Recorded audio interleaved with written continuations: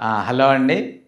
నా దగ్గరకొచ్చే చాలామంది పేషెంట్లు అంటే ముఖ్యంగా ఆస్తమా లేదా సీఓపీడీ ఉండేవాళ్ళు మొత్తం ట్రీట్మెంట్ అన్నీ అడిగిన తర్వాత వెళ్ళే ముందు డాక్టర్ గారు చివరిగా మేము ఏమేమి తినాలి, ఏమేమి తినకూడదు అని ప్రతి ఒక్కరు అడుగుతూ ఉంటారు. సో, చాలామందికి ఆహారపు మీద చాలా అనుమానాలు ఉంటాయి. ఏది తింటే ఎక్కువ అవుతదో, ఏది తినకపోతే మంచిది కాదో అన్నట్టుగా ఉంటది.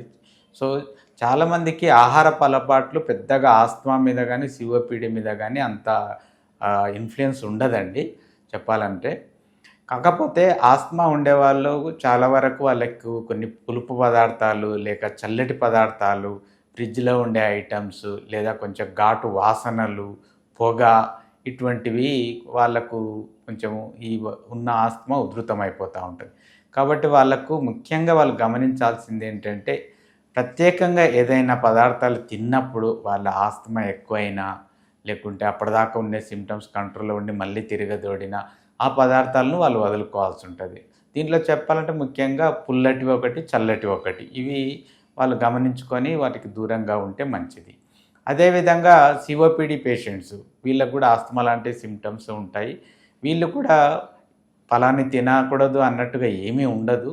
వాళ్ళకు ఏది వాళ్ళ శరీరానికి సరిపడుతుందో ఆ పదార్థాలను వాళ్ళు నిశ్చింతగా తినొచ్చు. ముఖ్యంగా వీళ్ళు బలమైన ఆహారం తీసుకోవాలి.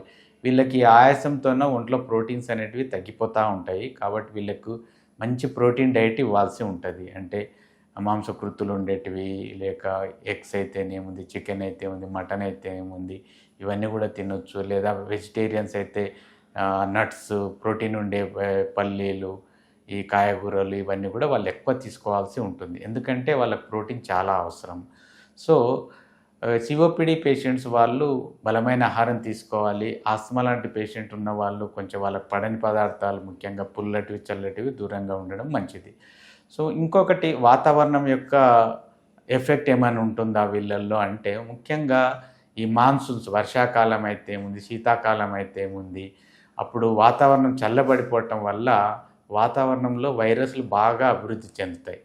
సో, ఈ వైరస్ వృద్ధి ఎక్కువ ఉన్నప్పుడు ఈ ముక్కులో అప్పర్ రెస్పిరేటరీ ఇన్ఫెక్షన్ స్టార్ట్ అయ్యి అప్పటిదాకా ఉన్న క్రానిక్ బ్రాంకైటిస్ అయితే ఏముంది, ఆస్తమా అయితే ఏముంది కంట్రోల్‌లో ఉన్నవి మళ్ళీ సింప్టమ్స్ పెరగడం స్టార్ట్ అవుతది.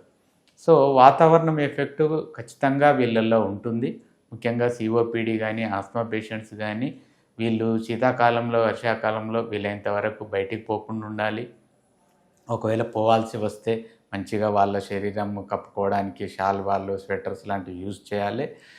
ఇంకా ఖచ్చితంగా పోవాల్సిన అవసరం ఉంటే వీలైనంత వరకు మాస్కులు ధరించడము, సో సో స్వెటర్లు, మఫ్లర్లు ఇటువంటివన్నీ ధరించుకొని వీలైనంత వరకు చల్లగాలికి ఎక్స్‌పోజ్ కాకుండా వాళ్ళని ప్రొటెక్ట్ చేసుకుంటే అప్పటిదాకా ఉన్న సింప్టమ్స్ పెరగకుండా ఉంటాయి. వాళ్ళ ఆస్తమా గానీ, సీఓపీడీ గానీ కంట్రోల్‌లో ఉంటది.